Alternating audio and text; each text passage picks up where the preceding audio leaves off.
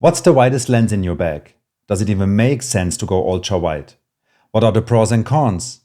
And why do I have an M-mount Voigtlander 12mm Ultra Wide Heliar Aspherical 3 lens in my bag?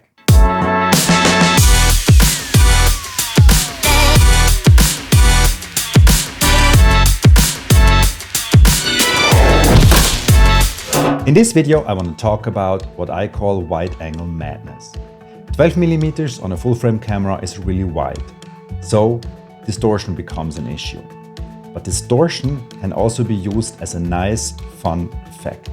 Because it is a special focal length, I didn't want to spend too much money for the lens, because I'm just using it for, fun. So I bought my Voigtlander 12mm Ultra Heliar Aspherical 3 for M-mount about 3 years ago. At the time it was about $650 in the US. Now I think you need to pay around $800 if you want a new. The 12mm makes it a special lens and actually not the perfect lens for an M rangefinder camera. Why? With the viewfinder on a rangefinder camera, you only see about the equivalent of a 24 to 28mm. So you cannot compose your picture when you mount a 12mm. So you need to either do it through the monitor on the back of the camera, or what I do, you use a little accessory, which is actually very expensive. You use a VisoFlex. Then of course, your rangefinder camera becomes kind of a mirrorless camera. I use this lens also on the Leica SL2. There you need to have the Leica M to L adapter, and then you can mount it. The big advantage when you use it like this is that you can work with the viewfinder, because the viewfinder on a mirrorless camera looks through the lens. The special thing with this lens is also it's very sharp. It's sharp through and through. If we look at the scale on the camera, you can see that if I'm on a 5.6 and I turn the focus ring on infinity, it's actually sharp from 0.4 meters. So let's say 0.5 meters until infinity, this lens is sharp. This is zone focusing. So if you want to learn more about zone focusing, please check out my rangefinder video. I have a link in the description. Exotic lenses like that you don't use a lot, but still I carry it around all the time. I travel a lot. I live in Los Angeles. I have a place in Berlin. I have family in Switzerland. And everywhere I go, I carry all my photo gear with me. And then I get sad because I don't use it all. And sometimes I don't feel so creative and want to go out, especially in the winter month. So then I set myself some challenges to just go out and shoot. Today, I set myself the challenge to take my M10R and my 12mm Voigtlander, just walk around for half an hour, and my goal is to come home with 3 unique pictures.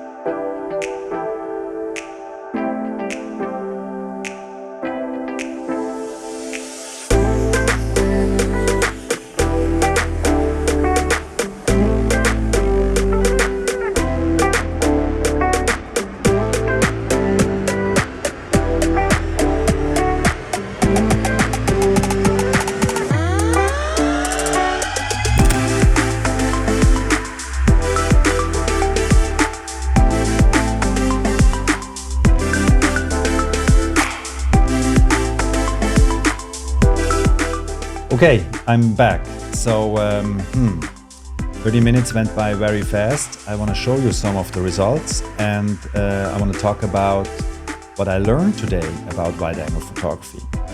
Okay, let's dive into Lightroom. Let's just go through a few pictures.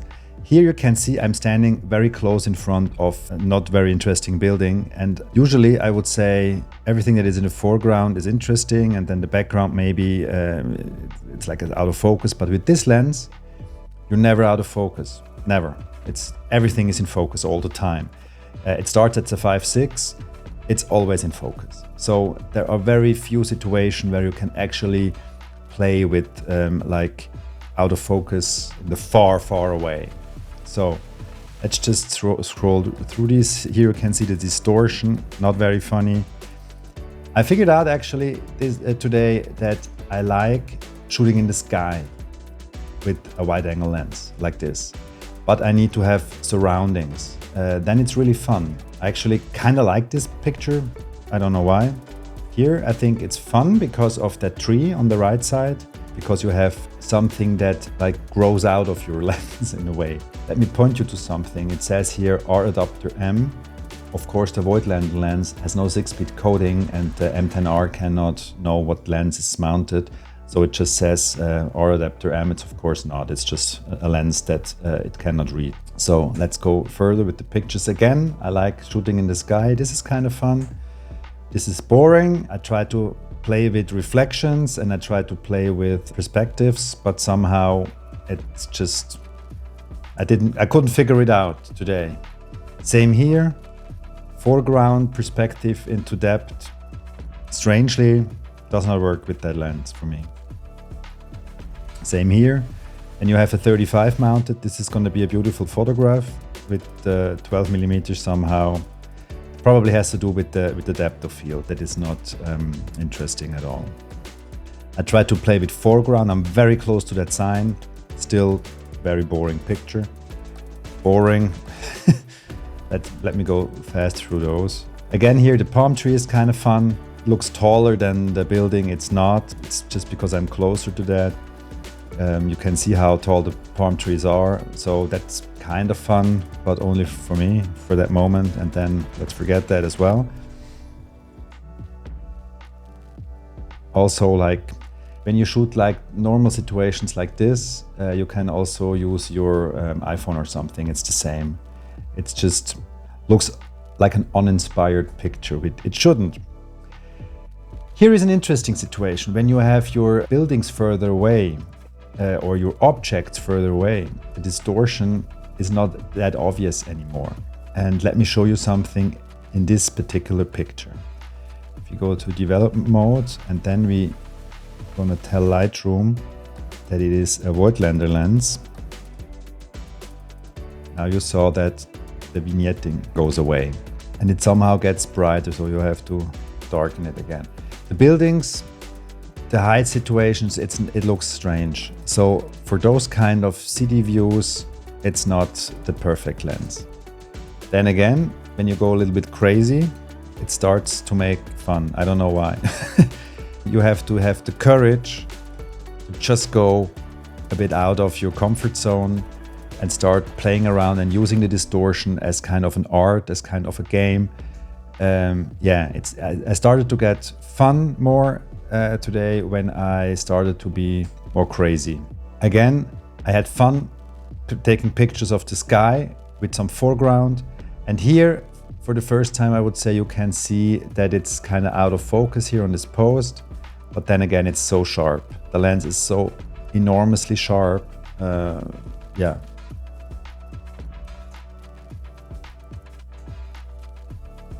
On normal situations, boring. In a way, the more that happens in the picture, the more fun it is. Here I'm getting closer. I kind of liked that reflection of the sky, but still the perspective, I was not happy with that.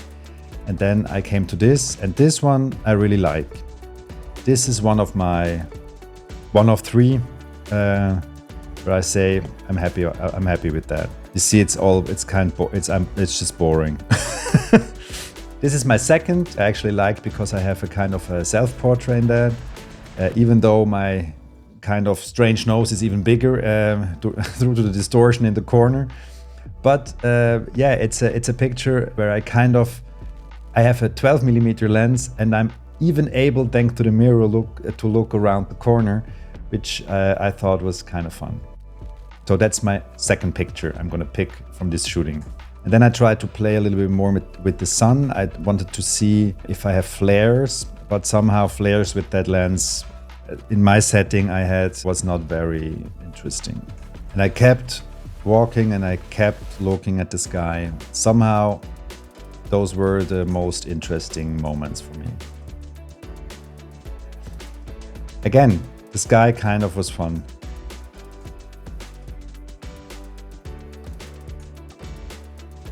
So this is the one I really like. I also did some corrections on that, but I really think that's a fun picture, even though the cars look strange. And it's kind of, everything looks strange in that picture. And that's what I like about the lens. It's strange.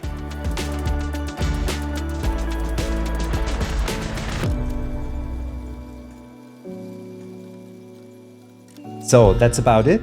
This was my challenge. I'm gonna do other challenges with myself, which I'm gonna show you. Even though I'm not super happy with what I did today, I like the creativity that this lens brings out in me. So I would be very interested in what kind of gear you own that you don't use that much. Please leave it in the comments. And maybe you can challenge yourself and go out and use it just for 30 minutes a month. But use it, you own it. It's fun. This was my wide-angle madness. So I would be very interested in how you use your wide-angle lenses. I'm also interested in what is the widest focal length you have in your bag. And maybe you can give me some tips on how to improve my wide-angle photography. Please leave everything in the comments. If you liked that video, please like and subscribe. Stay curious. See you next time.